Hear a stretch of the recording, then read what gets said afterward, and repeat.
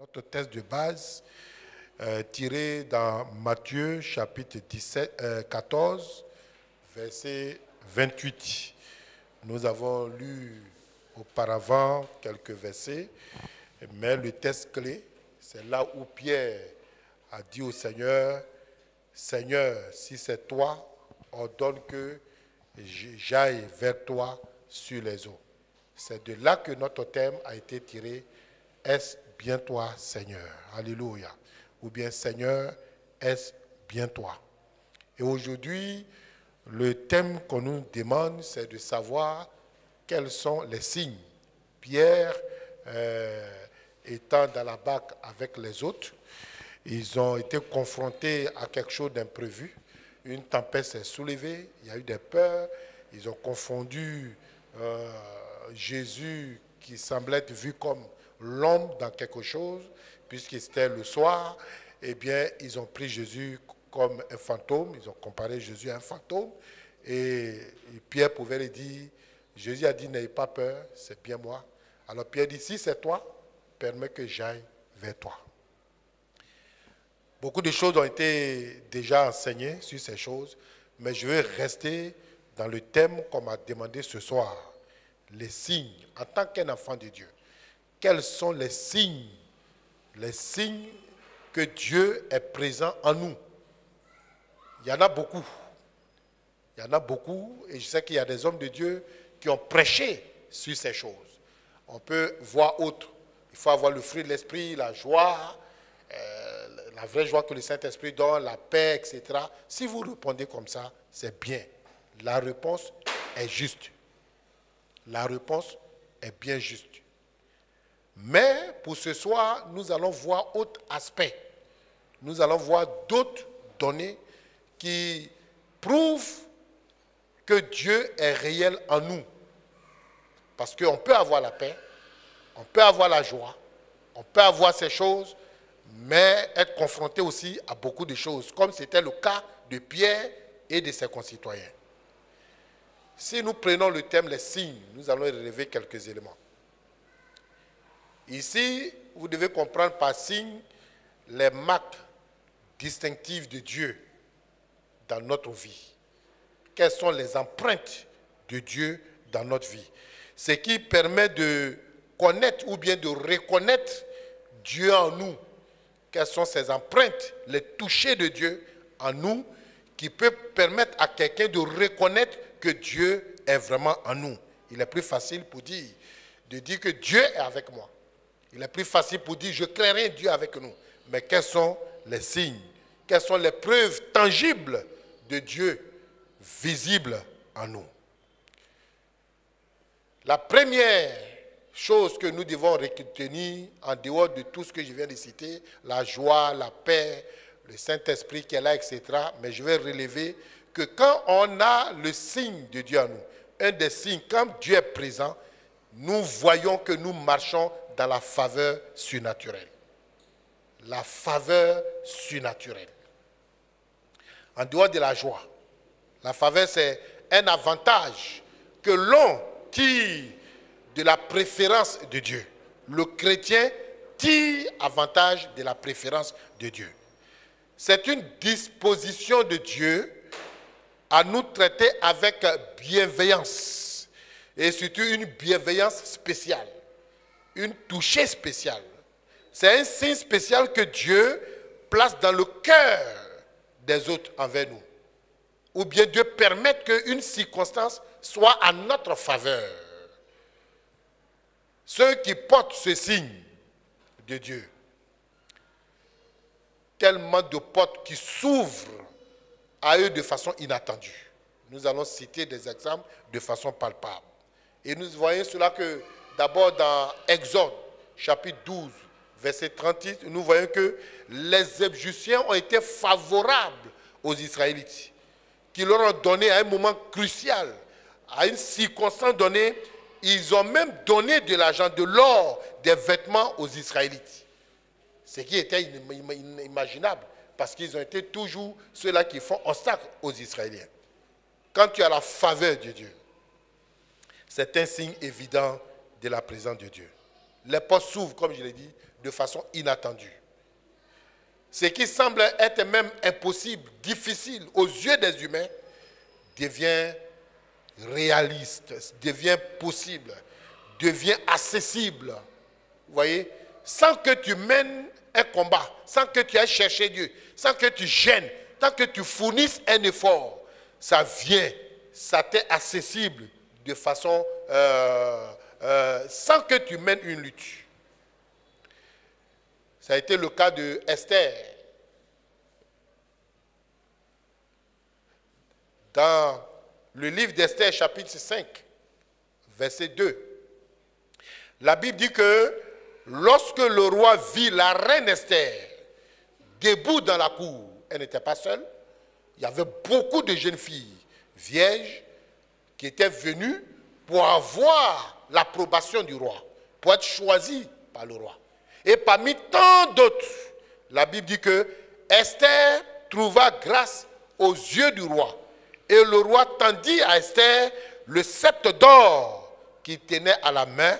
Et Esther s'approcha et il toucha le sceptre, le bout du sceptre, signe qu'elle a été le choix, du roi. Mais dans ce choix, nous devons comprendre la main invisible de Dieu, le regard invisible de Dieu, passant par le roi qui a pu choisir Esther. Elle avait la faveur divine sur sa vie. Alléluia. Voyez une simple femme qui a trouvé grâce aux yeux du roi Assuérus. La faveur de Dieu, quand ça est ensuite ta vie, tu ne forces pas.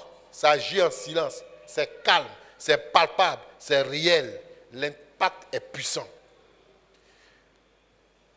Pour que nous comprenions cela, nous allons prendre l'histoire de Joseph. L'histoire de Joseph. Quand nous voyons Joseph,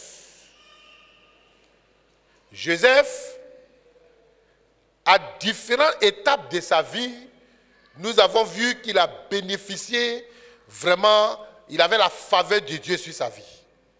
Mais j'ai pris aussi cet exemple parce que la vie de Joseph n'a pas été une vie tranquille, n'a pas été une vie paisible.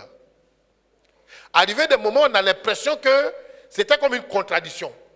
Et c'est ce que certains chrétiens vivent. Mais si Dieu m'a dit ça, certains m'ont dit, je suis convaincu que Dieu m'a dit. Dieu a été clair, mais pourquoi de telles choses arrivent? Ce que Dieu a prévu, ce n'est pas ce que je vois. Ça a bien commencé. Et d'autres tombent dans le spectre de toujours ma vie à un sujet de non-accomplissement. Les choses commencent bien, mais après tout change.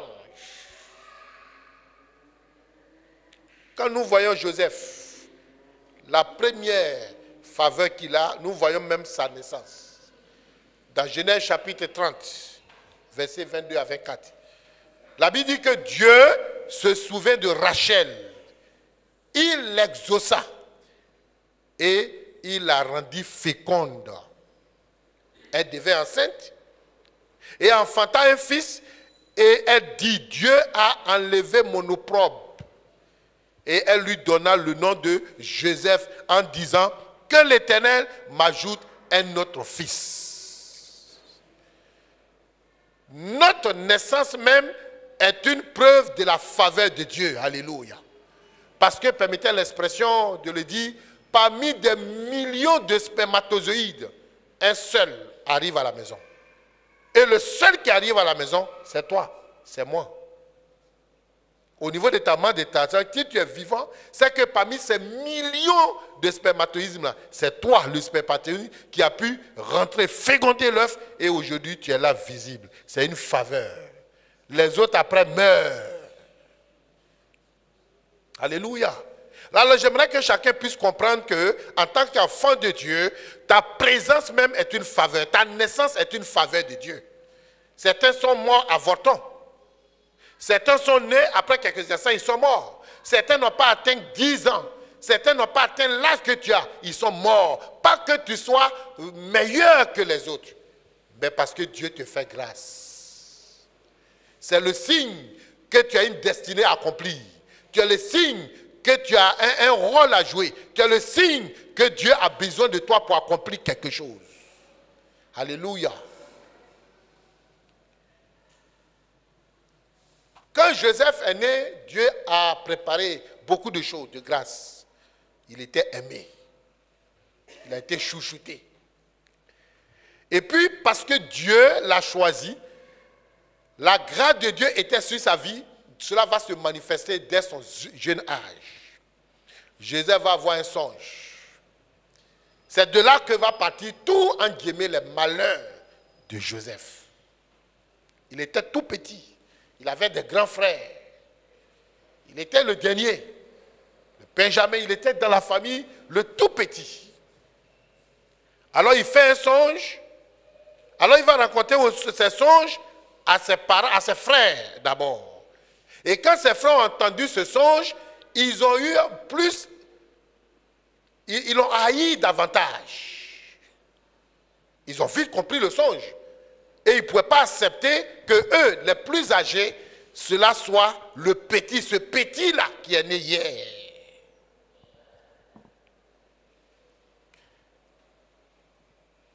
Alors, ils vont mûrir des idées pour stopper ce que le songe révélait sur la vie de ce jeune homme. Pour ne pas dire sur la vie de ce petit. Mais j'aimerais dire à quelqu'un, quand la faveur de Dieu est sur ta vie, aucune action humaine ne peut bloquer la faveur de Dieu. Alléluia. Mais Dieu a permis quand même que leurs desseins, ils arrivent à exécuter. Mais tout ce qui va être changé en mal, ou bien va vouloir se préparer comme mal, Dieu veut le changer en bénédiction pour te former et pour te préparer, te positionner dans ta destinée. Il avait quel âge? Voici que ses frères sont allés paître. Son père l'envoie aller voir ses frères avec le troupeau. Il voit le petit qui arrive, il fomente un coup. Il a dit, ok, deux dit on va le tuer. Deux dit voilà qu'il arrive. Le faisait de rêve. Le faisait de rêve, le petit prétentieux. L'héritage, c'est nous d'abord. Tant que nous, les aînés, on est vivants, toi, ton tour n'est pas arrivé. Dans la vie, il faut aller doucement. Et puis toi, tu es né hier, tu viens nous parler que tu veux être devant nous, ce n'est pas possible. On ne permettra. On a aidé trop papa. On a construit pour papa. On a cultivé un papa. Le troupeau a grandi grâce à un toi petit qui n'a rien fait. Pas question. Hé les gars, on fait quoi? Il arrive, finissons-en avec. Et puis Dieu va mettre un esprit même de division entre eux. De dire non, non, non, ce n'est pas la peine de le tuer. Si on le tue, ce n'est pas bon. Non, non, non, voilà un puits, jetons-le dans le puits. Je ne sais pas si vous avez vu une fois le désert. Il fait chaud, après il faut te retrouver dans un puits dans le désert. Après, ils étaient culpabilisés. Ils disent non, mais écoute, si on les laisse là-bas, ce n'est pas bon. Voici des marchands qui passaient. Ils ont dit écoute, voici des marchands. Et si on le vendait, il va nous rapporter quelque chose. On le vend, et puis arrivé à la maison, on dira à notre papa qu'il a été dévoré par un animal féroce. C'est ce qui a été fait. Il a été vendu. Et Joseph s'est retrouvé en Égypte. En Égypte aussi, ces marchands l'ont vendu encore à un officier de Pharaon. Et c'est dans ce cas-là qu'il s'est retrouvé dans la maison de Potiphar, en Égypte. Alors quelqu'un qui voit un songe, dans le songe, il raconte des gerbes se sont inclinés et il a vu toutes ces choses, il a raconté à son père, tout le monde s'est soulevé contre lui et ils étaient sûrs que Dieu avait quelque chose sur sa vie. Et contre toute attente, le voici hors de son pays, hors de sa famille. Si c'était à notre temps, on va dire qu'il a été enlevé ou bien il est porté disparu. On allait écrire sur Facebook, met sa photo, il est sorti le matin où il allait au champ pour rencontrer ses frères, il n'est plus jamais revenu. Voici sa photo, aidez-nous à le retrouver. Il s'est retrouvé en Égypte comme esclave, serviteur. Là où Dieu va manifester encore dans ces moments de trouble. Vous savez, quand la faveur de Dieu est sur toi, Dieu toujours donne un signal de la lumière de ta faveur. Alors dans la maison de Potiphar, Joseph, la Bible va dire au Genèse chapitre 39, versets 1 à 6. Je vais lire pour vous. On fit descendre Joseph en Égypte et Potiphar, officier de Pharaon, chef des gardes égyptiens, l'acheta des Ismaélites qu'il y avait fait descendre. L'Éternel fut avec lui et la prospérité l'accompagna. Et il habitait dans la maison de son maître, l'Égyptien. Son maître vit que l'Éternel était avec lui. Vous voyez, ça c'est un signe probable. Quand Dieu est avec toi, là où tu arrives, l'atmosphère même change. Tout change. L'officier a remarqué la présence de l'enfant apporter quelque chose. Ça a changé quelque chose. Il n'a pas parlé, mais tout le monde a su que l'enfant là, Dieu était avec lui. L'officier a commencé à être béni. Il y a eu la prospérité, l'abondance, la joie. Peut-être il y a eu une naissance. Sa richesse a doublé. La Bible dit, son maître vit que l'Éternel était avec lui. Parce qu'il savait que c'était un Hébreu. Et il a certainement entendu parler des dieux des Hébreux. C'est pour ça que la Bible dit qu'il s'est rendu compte que Dieu était avec lui. Pour cela, au verset 4, Joseph trouva grâce aux yeux de son maître. Et l'employa à son service, l'établit sur sa maison. Alléluia. Vous voyez, Dieu commence à le faire grimper. Dieu rend le cœur de tout le monde favorable auprès de ce jeune Hébreu. En même temps, il a vu que sa présence est une source de bénédiction. Et maintenant, on l'établit sur la maison de cet officier-là. Il est devenu le chef des bois, ou bien le chef des serviteurs. C'était en notre temps, on allait l'appeler le majordome. Mais d'esclave, de quelqu'un qui était dans un puits, qui a été vendu et qui se retrouve dans une position, c'est un signe qu'il ne faut pas négliger. Au verset 5, d'abord au verset 4, la Bible dit que son maître l'a établi sur sa maison, il lui a confié tout ce qu'il possédait.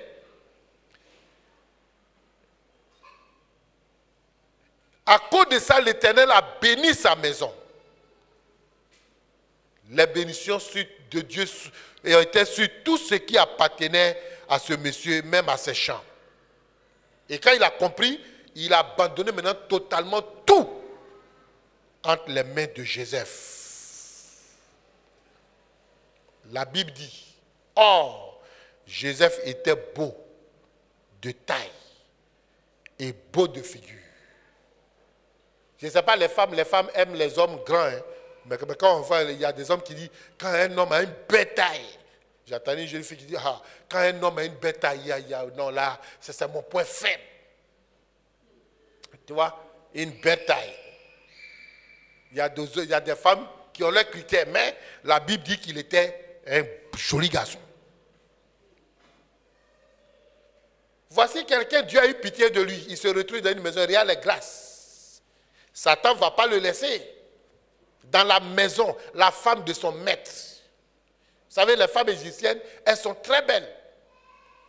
Les femmes même du Moyen-Âge, elles ont une beauté à elles. Alors cette femme va voir Joseph. Elle va tomber amoureuse de Joseph, qui pourrait être même son enfant. Donc vous voyez, aujourd'hui, les femmes qui sortent avec les enfants, les femmes de 40 ans qui sortent avec les enfants de 16 ans, là, ce n'est pas aujourd'hui que ça a commencé. Ça a commencé depuis l'Égypte. Madame Potiphar, Joseph devrait être son enfant. Quand le diable te suit, ce n'est pas facile. Tu ne peux pas être en paix.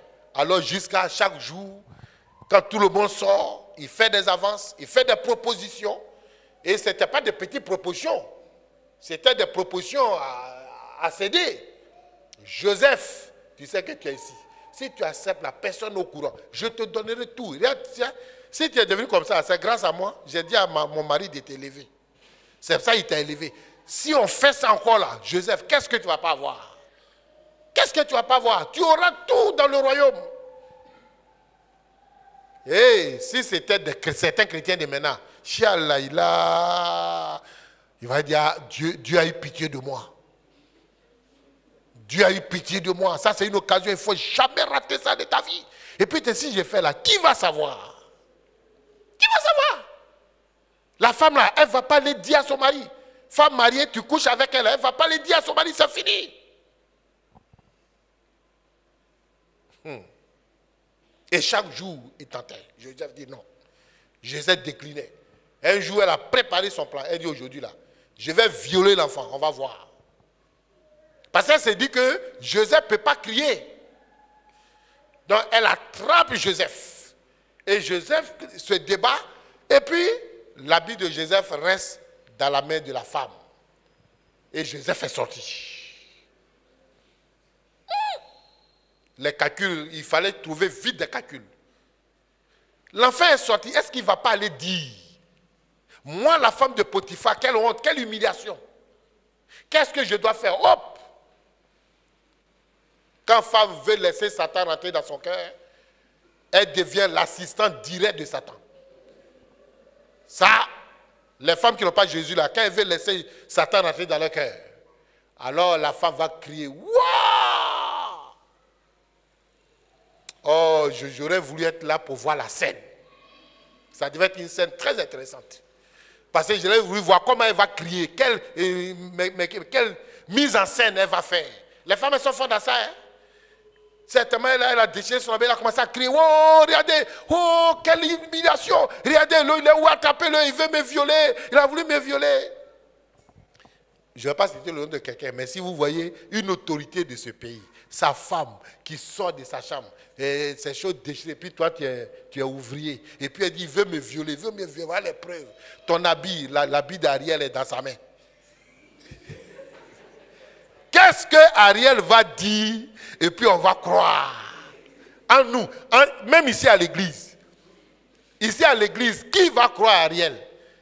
Parce que voici son habit, on reconnaît son habit. La preuve, la femme a son habit dans sa main. Ariel met où? Il a fui, oh, il ne m'est pas resté là. Hé, comment l'homme peut être comme ça? Ariel qui fait ici, là, tu vois, aujourd'hui Dieu l'a dévoilé. Il ne faut pas qu'on joue avec Dieu. Tu es condamné déjà, c'est fini. Alors, Joseph va se retrouver en prison. Encore. Si c'était moi, je m'arrête. Et puis il dit, Seigneur, qu'est-ce que je t'ai fait même? On m'a jeté dans un puits. On m'a vendu. J'ai souffert. Loin de mon père, ma mère. Je n'imagine même pas ma mère, peut-être qui a porté le deuil. Son père, cela a eu un impact sur sa vie. Ça a commencé à jouer sur sa santé. Tu es en train de me faire sortir de là encore. Voici, je me retrouve en prison dans un pays étranger. Souvent, quand tu es en prison, chez les Blancs, là, il y a des prisons qu'on te met là, on ne te juge même pas. Tu es dedans là-bas. Il va dire, ma vie est finie. Seigneur, ma vie est finie.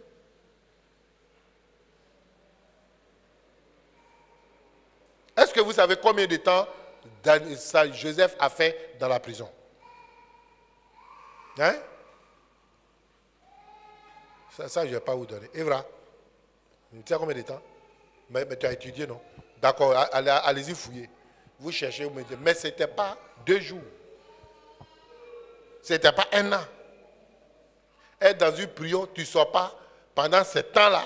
Ah, ce n'est pas facile. Il arrive des moments où ton moral devient très bas. La prison, on ne mange pas bien. On ne dort pas bien. Si vous voulez, on va essayer de s'attendre, on va s'attendre avec le procureur, et puis on va prendre 5 volontaires qui vont aller nous représenter dans la prison. On va dire, ils ne sont pas des voleurs, ils vont dormir avec eux, ils vont manger leur repas pendant 5 jours. Avant de partir, on vous pèse. On va vous peser pour voir votre poids. En 2 jours, je suis sûr que certains vont perdre 10 kilos. Quand tu vas être dans la prison, tu vas voir mettre des brigands, leur visage. Et puis là-bas, on dit qu'il y a des zones, des gens commandent. On va te tabasser. On va dire, qui c'est ici? Il y a les moustiques. Il n'y a pas de matelas. Sur le sol comme ça, il fait frais. Je ne sais pas s'ils ont des couvertures. C'est une vie difficile. Et dans cette prison, Joseph est là-bas. Et puis voilà, un jour, il voit les chansons du roi et le panetier qui ont fait des gaffes. Et eux aussi, on les a mis en prison. Et ils se sont retrouvés dans la même cellule. Donc ça veut dire que Joseph n'était pas un prisonnier de petit rang. Hein, c'est comme les prisons là. Les ministres là, quand ils volent là, ils ont leur prison à part. Hein. Mais ce n'est pas comme nous les pauvres. Nous les pauvres là, quand tu rentres, on te donne un coup de pied. Passe, oh, ils ont lit. Quelquefois ils ont télévision. On leur apporte les journaux. Ils sont couchés, c'est tout. Ils sont habillés. Leur repas est spécial. Alors voici les chansons. Ils se retrouvent là-bas. Ils sont là. Et un matin, ces derniers font un songe. Et ils font le songe. Joseph va expliquer le songe. Et le songe va s'accomplir. Joseph leur dit, s'il vous plaît, je viens d'un pays étranger. On m'a mis ici. Si vous sortez d'ici, rappelez-vous de moi. Parce que mon père et ma mère sont dans l'affliction. Rappelez-vous de moi. Je voulais vous dire que quand vous avez la faveur de Dieu sur vous, ce n'est pas l'homme qui sera la solution. Alléluia.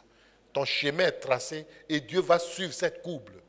Quand ils sont sortis, ils ont juré à Joseph, ils disent, tout va aller bien, il n'y a pas de problème. On sort net, on te fait sortir.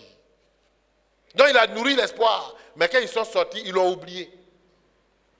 Ça aussi, ça mène désespoir. C'est pour dire que c'était peut-être ma dernière chance. Ça dit, mais quel cadre du royaume qui va encore revenir ici en prison pour se rappeler de moi? Mais c'est fini.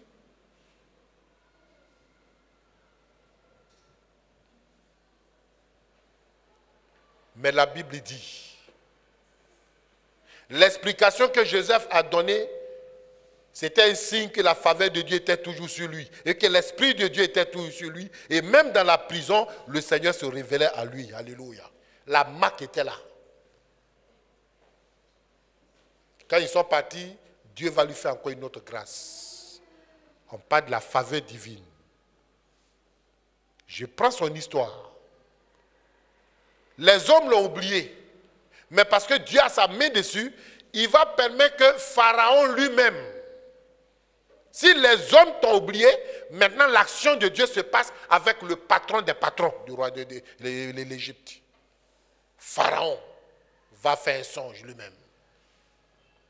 Et c'est là que les chansons et le panetier ont dit, oh oui, quand nous étions en prison là, si nous sommes sortis, il y a eu un jeune hébreu qui est là-bas, il explique les songes, il a la sagesse de Dieu. C'est grâce à lui qu'on est sorti. Maître, puisque aucun magicien dans le royaume n'a pu expliquer le songe de Pharaon. Alors, Père, souviens-toi de lui. On a fait venir Joseph. Et Joseph va expliquer le songe de Pharaon. C'est là que le tournant de la vie de Joseph, le temps de la manifestation divine, de la puissance de Dieu va rentrer en action. Le temps de l'accomplissement était arrivé. Quand vous prenez Genèse chapitre 41, verset 38, il est dit, et Pharaon dit à ses serviteurs, trouverons-nous un homme comme celui-ci, ayant en lui l'Esprit de Dieu? Et Pharaon dit à Joseph, puisque Dieu t'a fait connaître toutes ces choses, il n'y a personne qui soit aussi intelligent et aussi sage que toi. Je t'établis sur ma maison et sur mon peuple. Ils seront tous à tes ordres. Le trône seul m'élèvera au-dessus de toi. Alléluia. Le trône seul m'élèvera au-dessus de toi. Quand il a dit ceci, quand il a expliqué, Pharaon qui était là, a dit à Joseph, vois, je te donne le commandement de tout le pays d'Égypte.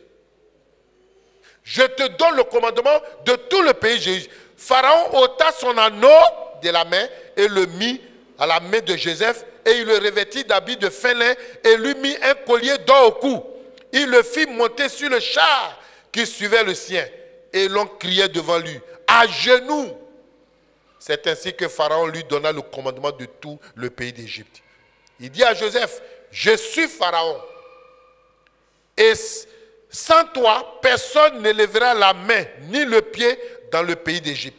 Pharaon appela Joseph du nom de Saknapanea. Je ne sais pas si vous avez compris ça. Si c'est à notre temps, on disait qu'on venait de donner la nationalité égyptienne à Joseph. En lui donnant un nom, on faisait de lui à partir de ce moment. Pour que dans sa fonction, il soit capable d'exercer dans sa fonction pleinement et qu'on ne le suit pas d'être étranger, il fallait faire de lui un citoyen. Et le roi lui-même va lui donner un nom, il va mettre son anneau et il va l'élever. Alléluia. Quelle grâce. Quand la faveur de Dieu est sur toi, de l'esclavage à la vice-présidence de l'Égypte, le pays de l'Égypte. Je voulais vous dire, bien-aimés frères, quand la faveur de Dieu est sur notre vie, les obstacles viendront, mais les obstacles ne seront pas en réalité des obstacles. Ce seront des obstacles que Dieu va changer en bénédiction. Je ne dis pas que tu ne vas pas connaître des problèmes. Joseph en a connu. Joseph a été jusqu'en prison. Il a vécu des moments difficiles. Il était le plus petit de la prison. Il a été séparé brusquement par la méchanceté de ses propres frères, de sa mère, de son père. On l'a considéré comme mort. Si c'était à notre temps, on l'aurait fait dire à ses funérailles. On l'avait commencé à oublier, sauf son père et sa mère qui portaient le vide de son fils. Voici que de ce trajet triste, voici Joseph qui a été établi comme vice-président sur l'Égypte. En son temps, l'Égypte était une puissance, une grande puissance. Dieu n'a pas fini avec Joseph. Grâce à Joseph, l'Égypte a été bénie, a été préservée de la famine, tout. C'était en Égypte que toutes les nations allaient chercher à manger. Et c'est Joseph qui était l'intendant. Quand Dieu veut t'élever, ceux qui t'ont trahi là, Dieu ne les oublie pas, il veut les ramener. C'est ainsi que les frères de Joseph vont aller en Égypte pour chercher à manger. Quand je lis ce chapitre de Genèse, chapitre 42, c'est un chapitre émouvant, très émouvant. Quelquefois même j'ai les larmes aux yeux. Même ce midi, je lisais au bureau, j'avais encore les larmes qui coulaient. Quand tu as eu une histoire semblable, comme Joseph, quand tu lis ce chapitre, ça te rappelle la douleur, la souffrance, le rejet, la méchanceté des hommes. Et quand tu vois ce que tu es devenu, bien-aimé frère, tu ne rends que te retrouver dans la vie de Joseph. Alors il va faire la rencontre avec ses frères. Quand ils sont venus, ces derniers, Joseph a été sous de bénédiction. Il a retenu, et lui, il les a reconnus. Jusqu'à ce qu'ils aillent chercher les frères revenus, mais ils l'ont reconnu, ils ont pleuré ensemble. Regardez, ce qu'ils ont refusé dès le début. Le son de Joseph, où les gemmes, les autres gemmes sont tombées, se sont inclinés. C'est à cause de ça, ils ont mis Joseph dans le puits, jusqu'à ce qu'ils l'ont vendu, cela va s'accomplir.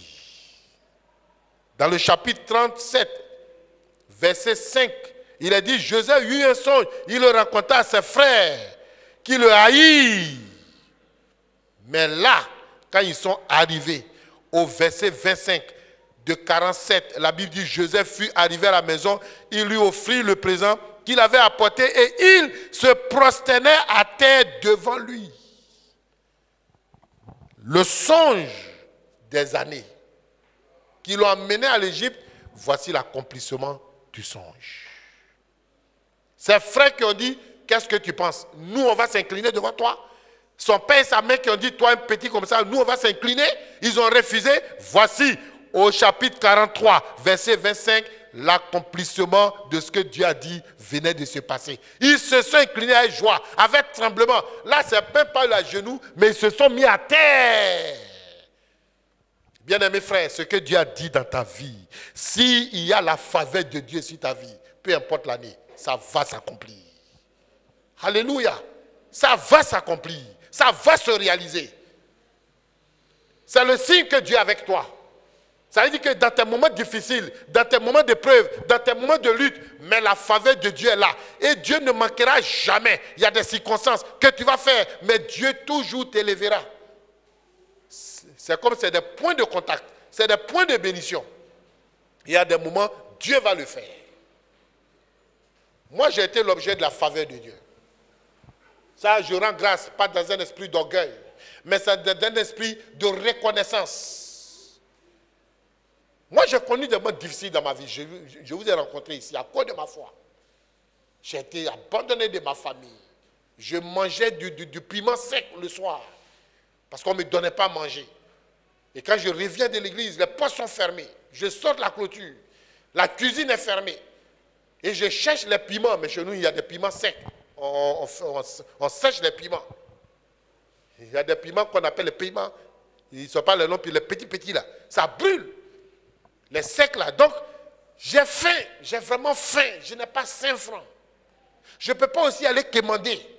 Taper pas de quelqu'un pour dire j'ai faim. J'étais là. Donc, ce que j'ai trouvé, il dit bon, il faut qu'au moins, je ne peux pas boire l'eau comme ça simple, quand le ventre est libre. Donc, j'ai trouvé un moyen. Prendre le piment, je mets dans ma bouche. Je mâche vite, parce que ça brûle. Et quand ça commence à brûler, et puis je prends l'eau, je peux boire 1 litre d'eau. Et puis j'ouvre ma bouche et puis faire C'est douloureux, hein? C'est douloureux, mais l'âme coule. Ça me fait mal. Et c'est tout ça là qui m'a donné les problèmes de cœur. Et quand je bu l'eau, mon ventre est crié, et puis je suis là, et puis j'attends. Et puis je dors. Quelquefois au milieu de la nuit, mon ventre se réveille, j'ai faim, mon ventre tourne. Puis je me lève, et puis je commence à prier, à parler en langue. J'ai trouvé un palliatif, était d'aller au camp militaire. Quand les militaires finissent de manger, leur repas, on ramasse, et puis on mange. Dieu m'a appelé. Mon appel n'a fait ni chaud ni froid à quelqu'un de ma famille. Moi, peut-être d'autres, leurs parents s'opposent, mais moi, mes parents, c'était un débarras. Oh, d'accord. On dit maintenant, il veut devenir pasteur. Oh, et puis ils m'ont sous-estimé. Je suis allé en formation. Là où j'ai vu que vraiment la faveur de Dieu est encore sur ma vie. Pour me choisir, même pour venir ici, c'est du jamais vu dans l'histoire de l'Assemblée de Dieu de Côte d'Ivoire. Pour être missionnaire, il fallait être un pasteur qui a eu un service, 20 ans de service ou 15 ans de service, un homme d'expérience. Moi, je suis encore à l'institut, je finis, j'attends qu'on m'affecte, on dit directement au Sénégal. Et il n'y a pas eu de discussion. En Côte d'Ivoire, les affectations, 18, pourquoi on le met là-bas? Non, mais qui l'a proposé? Il a dirigé combien d'églises? Où il est passé? Est-ce qu'il n'a pas eu de problème? Est-ce qu'il ne doit pas là-bas? Quand on finit tout ça, bon, est-ce qu'il paie ses dîmes même? Regardez ses dîmes dans le cahier de trésorier. Il y a tellement de sélections. Ah oui, il était quelque part là, il a fait par là. Bon, non. Quelqu'un qui a fait par là, il ne peut pas aller nous représenter au Sénégal. Non, et puis tu es éliminé. Moi, je sors. Aucune expérience. On ne me connaît même pas. On a proposé mon nom. Personne n'a levé la main pour dire, mais pourquoi c'est lui? Lui, il n'a pas d'expérience. Les gens disent, ok, d'accord, allez, on avance. Et je me suis retrouvé au Sénégal. C'était un tournant de ma vie. Beaucoup de choses sont survenues, frère. Aujourd'hui, quand je m'assois, je vois mon parcours, je vois les étapes. Je vois beaucoup de choses dont je pourrais partager avec vous. Moi, je vous dis que je n'avais jamais pensé qu'un jour, j'allais me marier. J'allais avoir des enfants, j'allais avoir, moi, ma maison. Je n'avais jamais pensé. Ma vie que je connaissais. Vélo même, je n'imaginais pas avoir un vélo. Je n'avais pas l'argent pour acheter un vélo, je n'imaginais pas. Quand la faveur de Dieu est sur toi, frère, quand tu n'as pas encore poussé ton dernier souffle, peu importe la situation, les moments difficiles que tu vis maintenant, peut-être tu crois que tout est fini. Les feux sont au rouge peut-être actuellement. Tu crois que c'est au rouge. Mais frère, je voulais te dire, tant que tu n'as pas donné ton dernier souffle, si la faveur de Dieu est sur toi, la situation peut changer. Alléluia, qui aurait plus que moi? Je vais rentrer chez moi, ma table est faite. Je suis assis, j'ai une servante, j'ai une femme, j'ai des enfants, j'ai une voiture, j'ai un compte bancaire.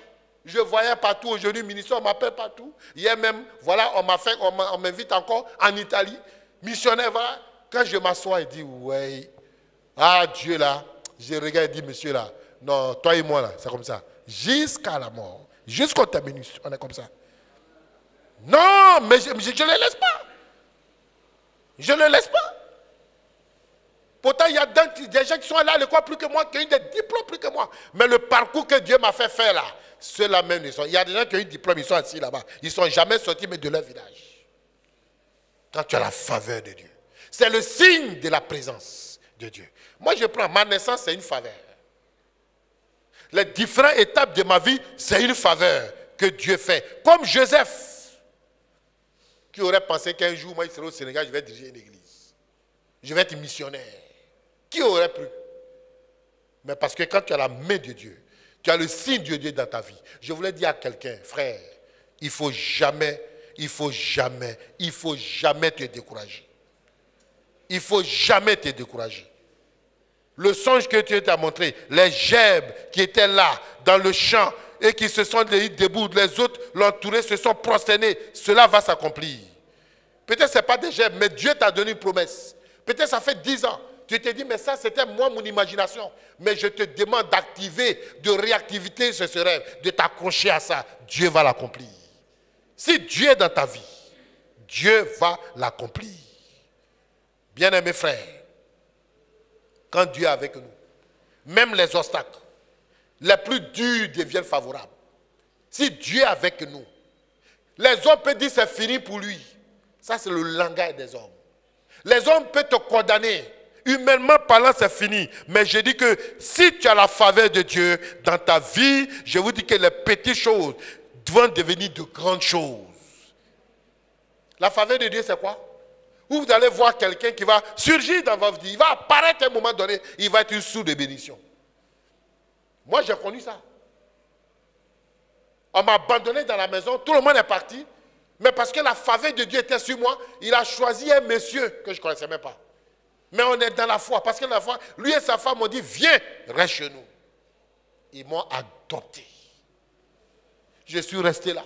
C'est là que je me suis marié. C'est là que j'ai commencé à servir le Seigneur. Jusqu'à présent, l'année dernière, il est mort. Jusqu'à présent, je l'appelle mes parents. Sa maman, sa femme est devenue ma femme, une ex-musulmane qui tient encore dans la foi. Vous voyez, quand la faveur de Dieu vient là, il y a des pharaons que Dieu suscite. Il y a des potiphars, des potiphars que Dieu suscite. Ma vie, c'est une histoire. Ma vie est toute une histoire. Il y a deux choses. La faveur de Dieu ne se manifeste pas comme ça. La faveur de Dieu se manifeste dans la vie des chrétiens qui ont deux choses. L'intégrité et la foi. Ah, si tu n'as pas ça, ce que tu vis là, il faut te repentir et puis Dieu va te relever. Pour ne pas te tromper, te dire faveur. Si tu es intègre, en tout, moralement, physiquement, dans tout, tu es intègre comme Job, et tu as la foi en Dieu, la faveur de Dieu est toujours sur ta vie.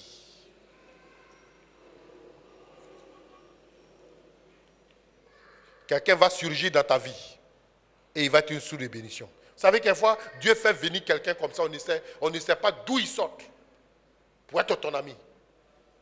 Ce n'est pas pour être un ami pour toute ta vie. Il va jouer un rôle et puis après il disparaît. Ça arrive. Quand j'étais ici, on construisait, je vous ai parlé de l'ancien Koulibaly. Je ne le connaissais pas. Quand je pense à lui et sa femme, il dit non, la façon ce monsieur et sa femme m'ont connu là, c'est un miracle de Dieu. Ils disent ils étaient là, et puis Dieu leur a mis à cœur de soutenir un missionnaire. Ils ont pris l'agenda de l'église, parce que là-bas on a un agenda où tous les pasteurs sont dedans. Les pasteurs ont donné avec les régions, les grades, ils savent où, et puis on a un GPS, on a fait maintenant en numérique. Quand tu arrives, tu vas sur le GPS, tu cherches une église autour, si tu es nouveau, on t'indique l'église la plus proche. Et ils ont pris l'agenda. Et puis ils sont allés dans la liste des missionnaires. On est beaucoup, hein. Ils disent, ils ont regardé jusqu'à... Et ils me montraient ce soir. Ils disent, on a fait comme ça. Quand on est arrivé sur toi, ma femme dit, on prend celui-là. Ils ne me connaissaient pas. Et pendant ce temps-là, j'étais au Sud-Stade. Et il y avait un problème de réseau. Le réseau orange déconnait un peu. Donc, quelquefois, les gens t'appellent, ils disent non, tu es sur messagerie. On t'appelle, on ne peut pas te joindre. Mais quand Dieu veut vraiment te faire la grâce, là, ce jour-là, le frère m'a appelé. Moi, la veille, des gens m'ont appelé, ils ne m'ont pas eu. Il m'a appelé, même mon portable a sonné.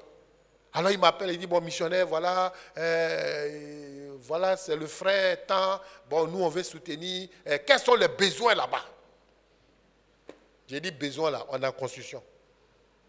On est en construction, on a besoin de temps. Mais je n'ai pas dit le montant réel, parce que le montant était beaucoup. Donc, si je dis tout, ça risque de le décourager et puis de ne plus me rappeler. Donc, au lieu de dire 7 millions, j'ai dit 5. Mais 5 là même, j'ai hésité. Quand j'ai dit, il dit d'accord, ok. Est-ce que tu as un compte? Donne-nous le numéro de ton compte.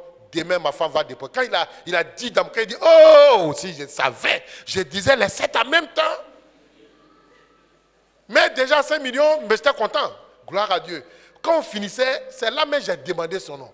J'ai dit, mais frère, je ne connais pas votre nom. Non, je crois que c'est le lendemain. Je n'ai même pas demandé. Le lendemain, sa femme m'appelle, j'ai donné le numéro du compte, un truc. Donc j'attendais. Le jour qui a suivi, je suis allé à la banque. Là, 1, 2, 3, tu passes là-bas. Parce qu'il y a 5 millions, il faut savoir si c'est déjà arrivé. Donc je passe, et puis je mets ma carte, et puis je m'en sors, je consulte. La journée, je suis passé 3 fois. C'est le lendemain, je m'en vais, je mets, je vois que l'argent est positionné. Je rentre à la maison, on m'appelle encore, lui il m'appelle, il dit, missionnaire, est-ce que tu as eu l'argent? J'ai dit, oui, j'ai eu l'argent. Il dit, bon, est-ce que tu peux m'amener un peu la superficie? Donc je dis, voici, nous sommes sur un terrain de 350 mètres carrés, des trucs. Et puis il dit, mais frère, on parle, mais je ne connais pas ton nom. Il dit, non, c'est l'ancien Koulibaly de l'église de Cuy. Ah, j'ai dit, d'accord, ok, d'accord. Il dit, non, ok, missionnaire, on te rappelle. Il a calculé lui-même encore. Et il me rappelle, il dit, mais missionnaire, avec ce que tu m'as donné là, les 5 millions, là, ça ne peut pas. Parce que quand j'ai calculé, sa femme a une entreprise de génie civil. Elle connaît. Donc ses ingénieurs ont calculé. Ils ont dit, non, ces 5 millions, on ne peut pas. Il a dit, non, quand on calcule, donc on va te faire venir encore 3 millions. Je me suis levé et dit, ouais. J'ai dit, Dieu m'a appelé. Moi, là, personne ne peut me faire douter de mon appel. Là, ça, là, aujourd'hui, là, personne. Non, non, non, non. Tu as vu, ça te galvanise. Quelqu'un qui ne me connaît pas. Moi-même, je ne l'ai pas mis à l'école. Mon père n'a pas mis à l'école. Il a travaillé. Actuellement, il prend 8 millions comme ça de ta poche pour dire, tu ne connais pas la personne. Hein?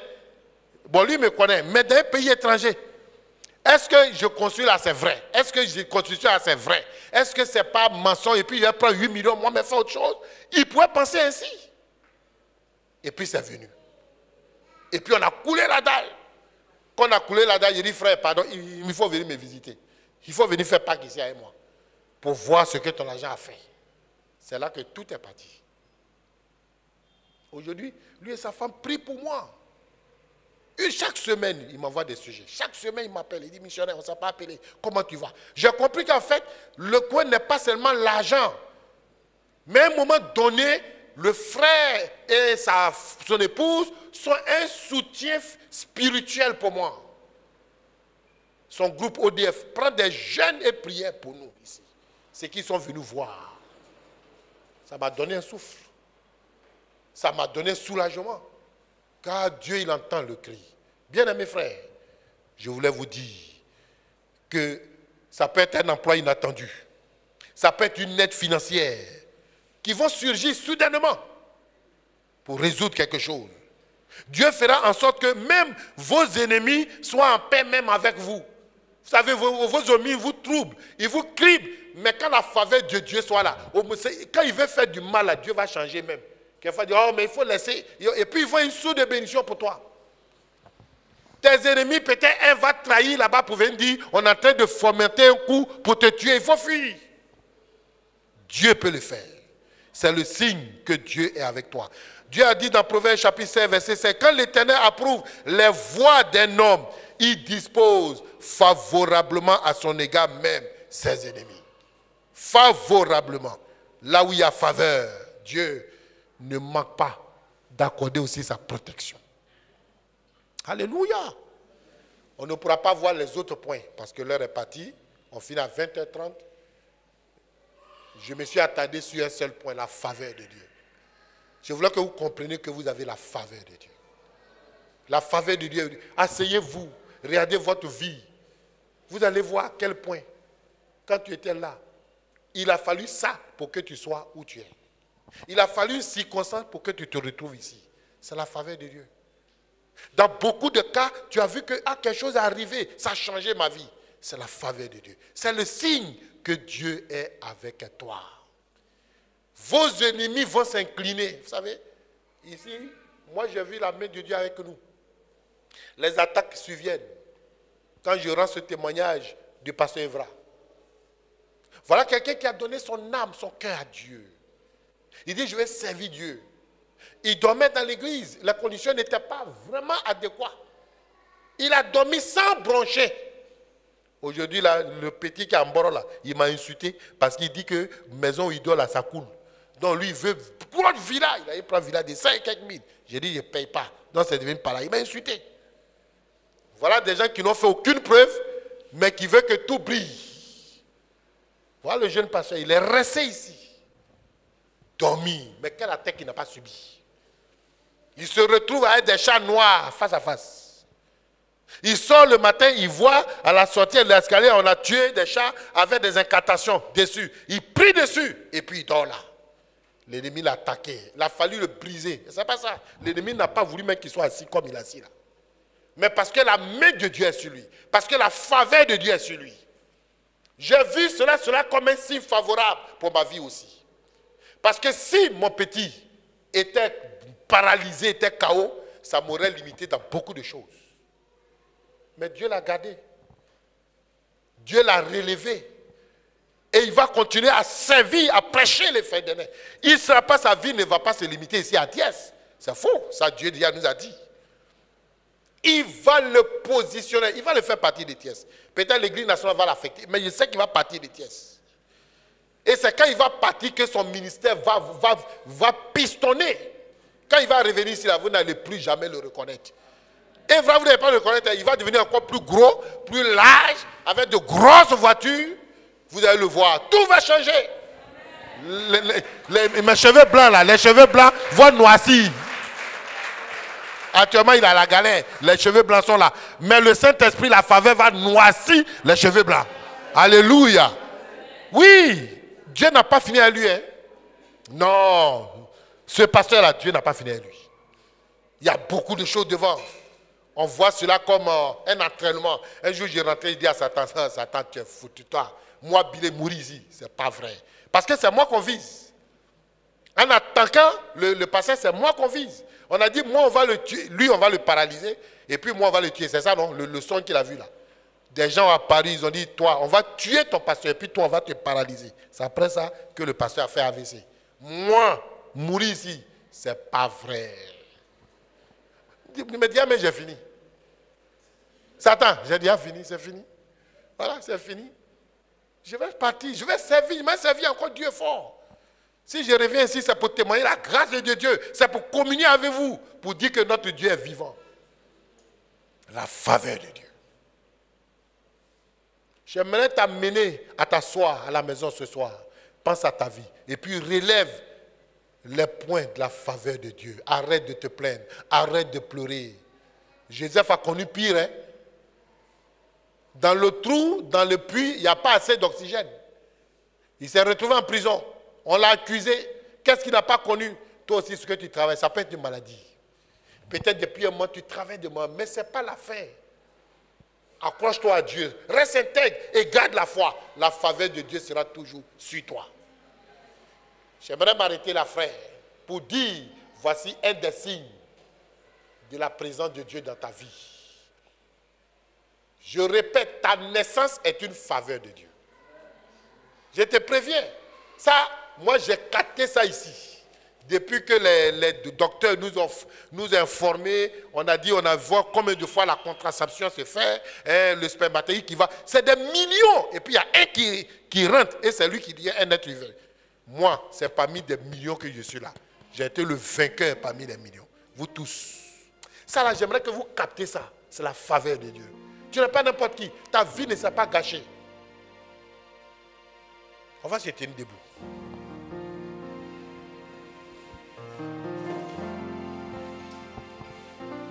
Et chacun va proclamer l'amour de Dieu. Chacun va proclamer la puissance de Dieu. La reconnaissance à Dieu pour dire Seigneur merci.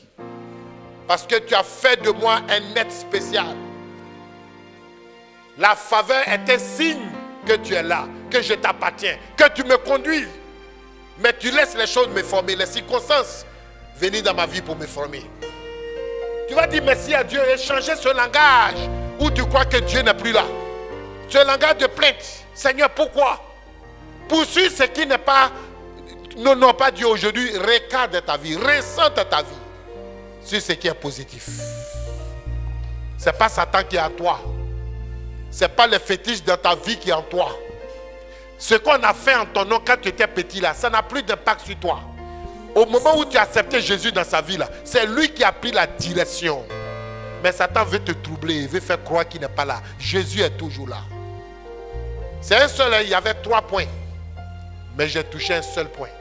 La faveur de Dieu. Dieu voulait qu'on s'arrête là. Pendant qu'on chante, il faut penser. Si tu t'es plaint, dis Seigneur merci, je te demande pardon. Tu es rassuré que Dieu est en toi. Tu es rassuré que le Saint-Esprit est en toi.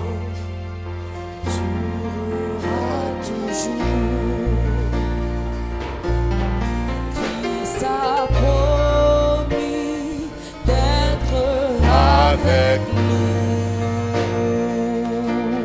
Je m'accroche à lui.